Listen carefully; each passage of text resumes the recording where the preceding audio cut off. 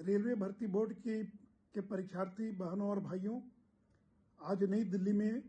भारत के रेल मंत्री श्री अश्विनी वैष्णव जी से मेरी लंबी बातचीत हुई है और उन्होंने आश्वस्त किया है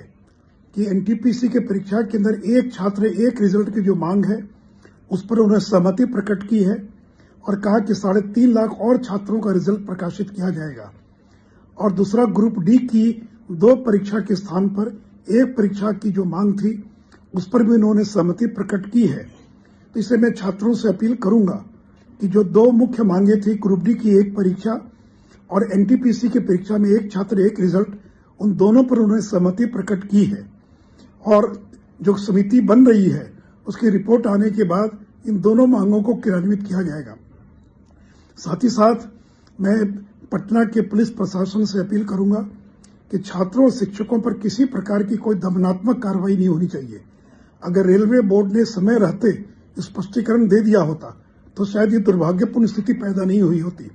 और ये कोई अपराधी नहीं है, ये सारे छात्र पढ़ने वाले छात्र हैं जो गलतफहमी में या रेलवे बोर्ड के स्पष्टीकरण नहीं आने के कारण लोग सड़कों पर आ गए और जो कुछ दुर्भाग्यपूर्ण घटना घटी है, तो ऐसे छात्रों के खिलाफ किसी प्रकार की कार्रवाई नहीं होनी चाहिए। तो वे छात्र भाइयों, नरेंद्र मोदी की सरकार आपकी सरकार है, आपके साथ खड़ी है।